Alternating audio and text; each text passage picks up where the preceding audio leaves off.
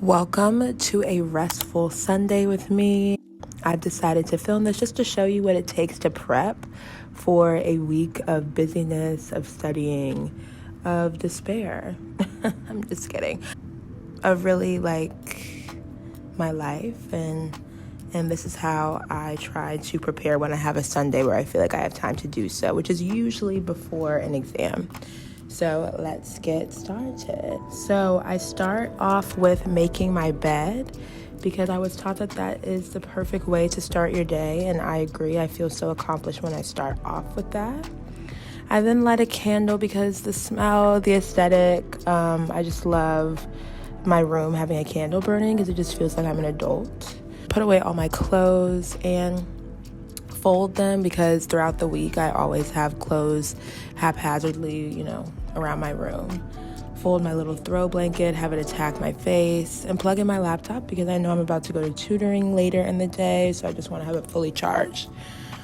I start washing the dishes. Me and Annie take turns washing dishes, and it is my turn. So I decide to wash the dishes while she is asleep and vacuum as well. She's a hard sleeper, so she didn't hear this, hopefully. If she did, sorry, Annie. But I vacuum around the living room / kitchen because it is both. Our med school residents decided to combine the space to a minuscule space, and that's okay because that is what we can afford. I start to use the Swiffer and dust a little bit because our floor definitely needs it. I'm looking up I was looking if I could wet the Swiffer, and turns out I couldn't because it's just a duster. So I then decided to put Clorox wipes on it and wipe it down, which was helpful, I guess. I don't know. Take out the recycling that really needed to be taken out, as you can see.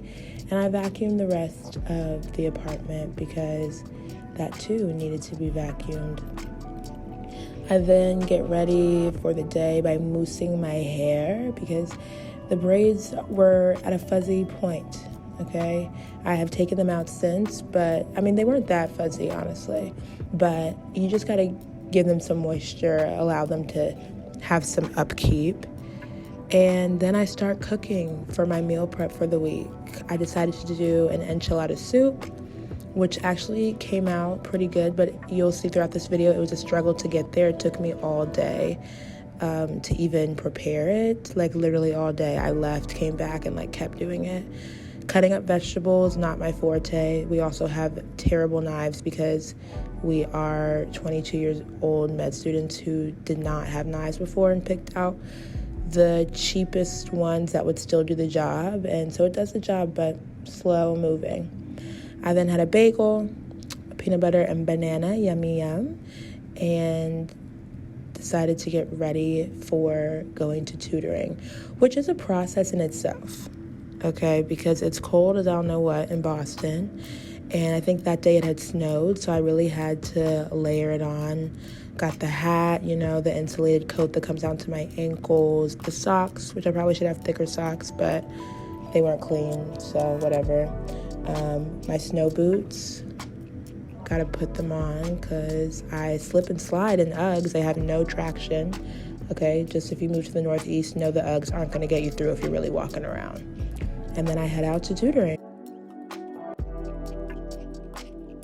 I'm back.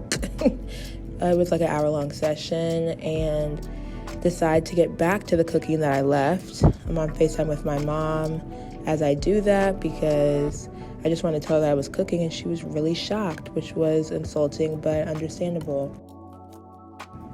Open up the cans. I used a can opener from my classmate, Avenel. Thank you, Avenel. But I had to look up how to really use it because it just was not working. I'm using knives and spoons and stuff to open it.